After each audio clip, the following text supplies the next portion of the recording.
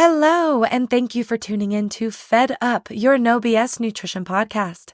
I'm your host, Kayla Marie, certified personal trainer and nutrition specialist, working with clients since 2014. After swimming up diet culture's bullshit stream for so many years, I am fed the absolute up with how miserable it's making people feel when we are supposed to be getting healthier. This podcast is here to help you gain your sanity back so you can stop yo-yoing once and for all and finally learn how to trust yourself so you can enjoy food again without fear or shame while still getting to your health goals. My aim is to teach you how to detect the BS in not just the food and diet industries, but in all realms of life, because I know that, like me, we are all just a little fed up. So without further ado, let's dive into today's episode.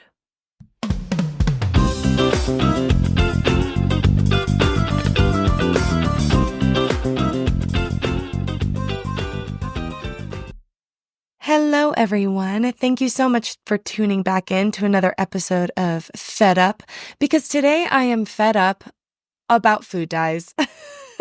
I know it's a big thing right now, so we're just going to dive right in, cut to the chase, spill all the tea on, do you have to worry about food dyes causing cancer? Is it making your ADHD worse or the ADHD of our youth worse? Does it make your child act crazy, as I've heard so many people say? We're going to get into all of it today. So buckle up. This might be a little bit, I don't know how long this is going to be. Hopefully I can get through all of my fun facts today. So let's go ahead and dive right in. First things first, I want to talk about the history of humans coloring things. I see some of the comments on Instagram and Facebook about food dyes, and people are like, what's the point of that? That's stupid. Okay, why do we wear makeup? Why do we pierce our skin and wear jewelry or tattoo it? Humans love to adorn ourselves in the same way that we love to look at things that are pretty, because we like to eat things that are pretty. Nature does the same thing. Let's make this flower beautiful so that things are attracted to it in different ways, right? So that is kind of something that we're going to talk about first and foremost. This is a very natural thing humans do. The history of coloring food probably dates back to like 1500s-ish or beyond, but they used things like herbs, turmeric, vegetables, maybe even wine. They would powder wood into powder, saffron, copper, gold. They would use things like insects or funguses. So the cost of gathering and the time and the energy it took, and you have to be in a place that also grows those things and has those things. The cost of doing this was definitely reserved for upper class up until pretty recently. And also the risk of just using random herbs or things that are like, compostable and they're food items, they're metals maybe. These were not necessarily safe. So let's get that out of the way here. So before we were dyeing food, we probably were dyeing clothes and textiles. Not probably, we were. That's a fact. So clothing, humans started wearing clothes probably because we wanted to stay warm. So we wore animal skins. And that's what allowed us to migrate to the rest of the world. And really, like, the earliest cave paintings depict wearing linen cloths, right? So when they were painting the caves, 15,000 BC or so, even beyond, right? Cave paintings were done with black, red, yellows. So again, humans have always been drawn to this color and using things to create fun color. Art is so innate to humanity, you can't get rid of it. All right, so I'm just going to say that. Then we started wearing, linen. We started spinning cotton and weaving silk. It shows that there were cotton textile fragments found in Neolithic Pakistan, ancient India. We're talking 3000 BC, the Stone Age, woven linen, right? But the linen was mostly undyed. This is why when you look at ancient Egypt, most things were white. That's because it's not going to be, normal or commonplace to dye your clothing. You're just wearing the clothes because it's necessary.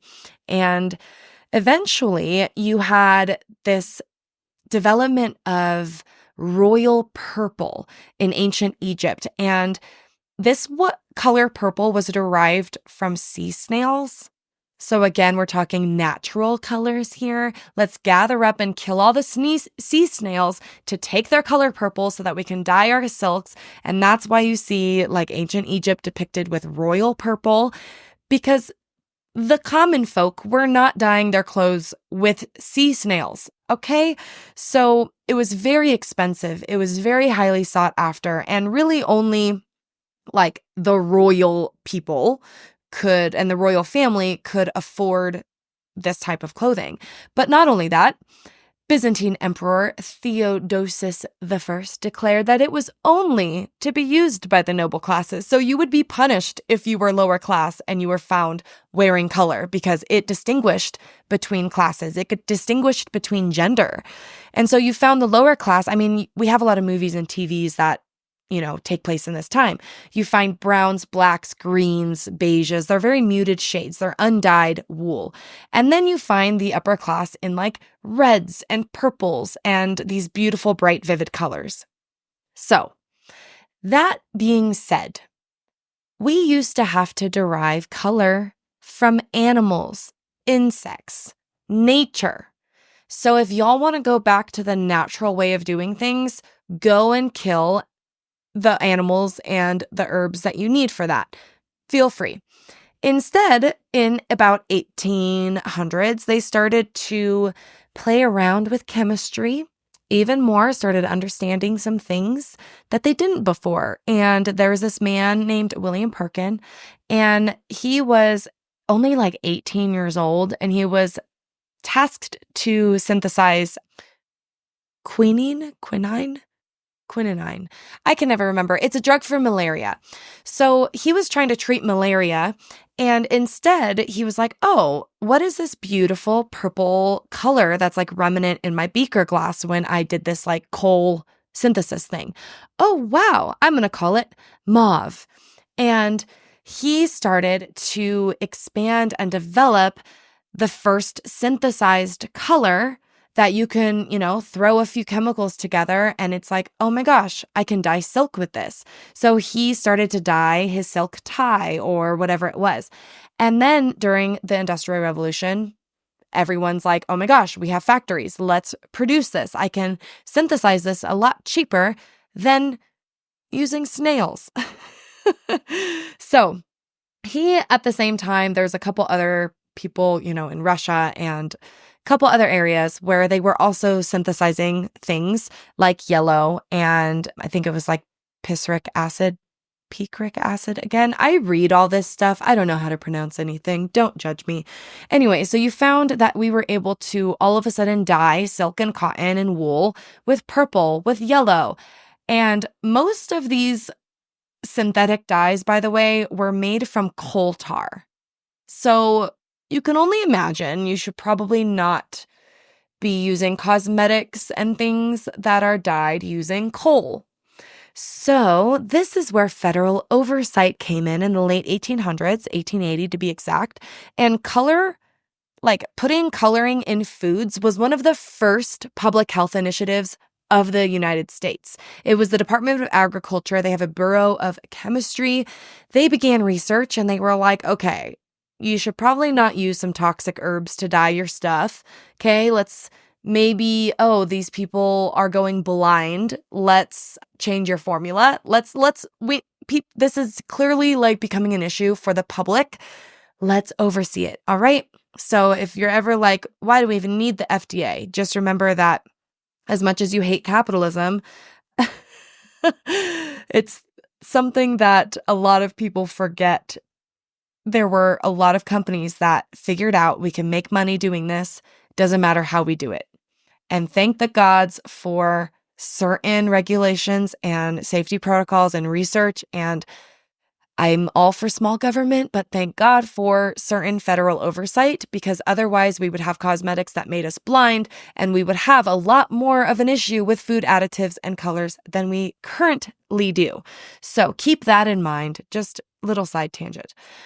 The first foods that were approved to be used to artificially color were, drumroll, butter and cheese. It was used for dairy. Not candy, not any of that stuff. It wasn't until I think 1930s that red was introduced. So anyway, when we talk about the FDA, just to go back to my tangent here, before they can be used in food, drugs, cosmetics, medical devices, anything like that, each batch of food color has to be certified by the FDA. So that means they need to know what the color is, who made it, how much there is, where it's stored, how it's stored, what it's going to be used for. And then they test the sample to make sure it's safe. They meet purity standards. They check for things like heavy metals. And then if it passes, they issue their little certificate, give the batch a unique lot number, and then they're like, oh, FD&C yellow number 5. So a couple days go by. Now you have a food color that you can start using. It's not willy-nilly, okay? And this has been over 100 years of research, mind you, that has gotten to this point where there are only 9 approved food colors in the US, by the way, just FYI. Anyway, when we look at all the studies combined, we find in totality that these 9 color additives are safe for human consumption. Now, the suggestion for causing neurotic behavior is what it originally was caused, quote, neurotic. Well, that was in the 1920s when the colors were toxic, mind you. There wasn't any regulatory, enforcement, or it wasn't very strict at the time. So now we have over 100 years of research. We have a lot of legit studies.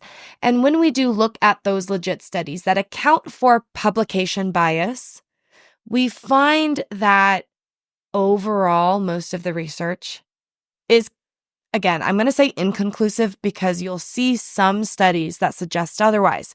But again, when we account for well-designed studies, we account for publication bias, for study bias, all of those things, we find that it's safe.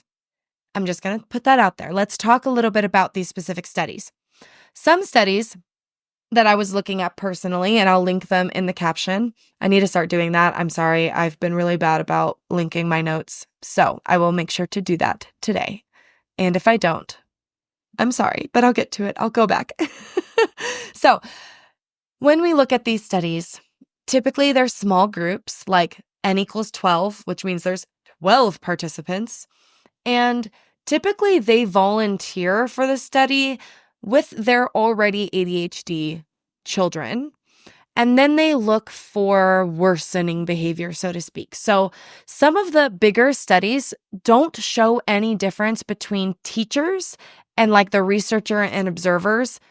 They have a different score than parent-reported results, which is very interesting because that suggests a bias or there's something going on here.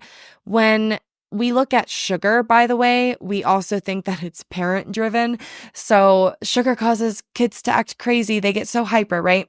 When parents make sweets special, they put it on a shelf, they treat treats as very exciting. They only serve sugary items during parties, special holidays, post-dinner, if they have good behavior. And then they also pair that with, well, sugar makes you crazy. You can't have sugar right before bed. You're going to get hyper. I've heard 4-year-olds say, sugar makes me crazy. And I'm like, who told you that? Because you didn't just make that up. Children don't know that. You told them that.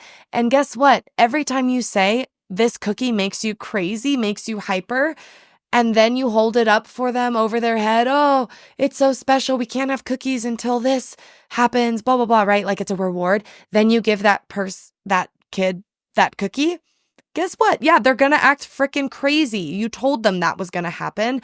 And then you made it insane to get access to the cookie. So now they're very elated that they got the cookie. And you're interpreting that as the sugar making them neurotic. So I digress. When parents reported on behavior, it was things like how often they switched activities, interrupting or talking too much, wiggling, fiddling with objects, restlessness, they're always on the go, trouble with concentration. I'm not saying that parents don't know their children well, but these are pretty subjective. And when you look at like the way the study was designed, let's have two groups. It's placebo, it's double-blinded, but the parents already volunteered for the study believing that their children had behavioral issues, number one. Number two, you went to the lab or you gave them a special treat or a snack, whatever it was. Usually it was like a sweetened beverage with either, again, like the additive with it or a placebo, the additive not with it. And if you are a parent who took your kid to the lab, whatever it may be, what are the other factors in that child's day that are affecting their behavior that you may be reading as they're interrupting or talking too much? Well, hey, what if they had a very exciting day because it's Friday and they had a pizza party at school? You know, there's other factors that like this is such a shit study design because you can't really objectively measure these things, especially when it's your parent who is going to have bias. Your parent always thinks that you're the worst behaved because children also push their boundaries at home way more than they push their boundaries at school or in a laboratory being observed by researchers. This is a very hard thing to look at. Mind you, that doesn't mean I'm denying that there may be some connection between these things, but the studies that we have been inconclusive. We can't repeat them. They're shit designed, and we can't really isolate the variables, which makes it very challenging. And when we have been able to do those things, again, the research shows that there's no effect. So they have one study that showed that there's a general adverse effect, the benzoate preservatives that affect 3-year-old children versus 8 or 9-year-old children. Like there's a huge study, and this is every single article that I read, by the way, always linked to this one study. So again, it's not the totality of evidence suggesting this causes adverse effects. It's a few very small, it needs to be a little more controlled studies. Now, the carcinogen effect that you see are mostly done on lab rats or lab mice. When I look at those studies, those typically show that they are dosing these mice with like so much of the preservative or the food color or the additive, whatever it may be, and then measuring, oh yeah, they had a decrease in testosterone. It's like, well, okay, we're not mice, number one, so you can't always generalize that to humans. And number two, you injected them 1,000 times more with that substance directly than like humans would ever be exposed to over a lifetime. So we have to take these things into consideration. Another thing that I want to talk about is, where is it? I saved it here. Okay, so we talked about a little bit of the regulations for these color additives, and definitely like you might hear, oh, but the Europe FDA, I don't know what they're called, the European FDA, the UK has banned certain colors that the US has.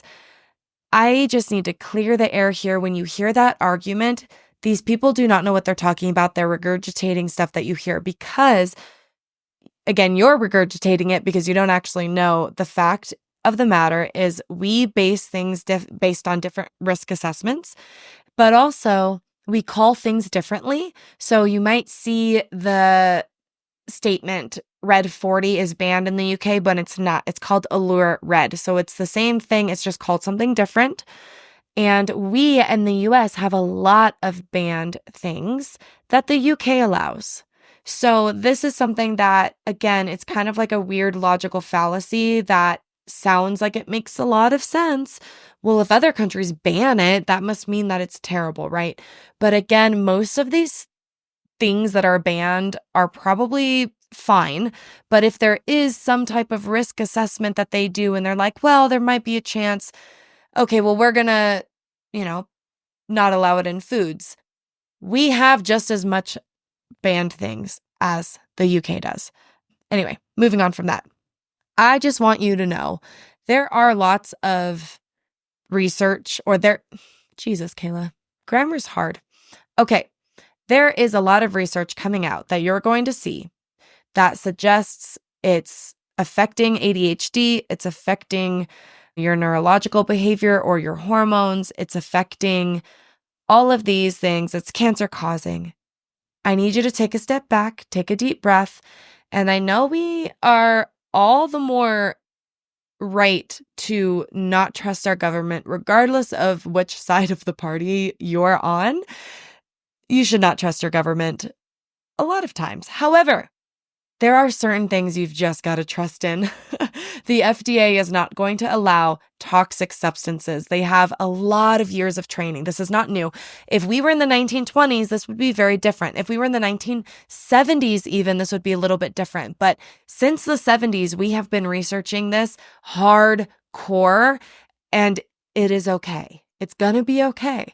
And if they do find that something is, causing a lot of cases of cancer, or we can directly assume a causal relationship between things, we announce, hey, maybe you shouldn't smoke cigarettes. But guess what? Cigarettes are still legal. So why is everybody fighting for Red 40 when really we should be fighting for known carcinogens, class 1, type 1, top dog carcinogens, alcohol, smoking. If you're thinking, well, there's no reason to color our food, but yet tattoos are legal. This is kind of something where I think that we're barking up the wrong tree. I'm not saying that we shouldn't be researching these additives and chemicals and their effects on populations and the human health. I think that that's all important research to be had. But there are known worse carcinogens that are so socially and legally accepted, and nobody's crying about it. Oh, just use alcohol in moderation. Oh, you can just choose to not drink. Okay, you can choose to not eat your freaking Fruit Loops, but leave me out of it, all right? I don't eat Fruit Loops all day long, and that's not my entire nutrient basis, right? Most people are not surviving off of only Fruit Loops in the same way that you probably don't find most people surviving off only alcohol. If they do, they are in deep, dark pit of health. It is not healthy, right? We know that, but they still have a right to do it, and nobody's making it illegal for them. We just have more money spent on hospital care and medical care and rehab facilities. But, the liquor industry can just keep on growing. Celebrities can just keep starting their tequila lines and their vodka lines. Like, y'all are so mad that, the government is trying to poison us and nobody cares about our health. Yet, oh my gosh, the amount of alcohol that is owned by Hollywood. Are y'all dumb?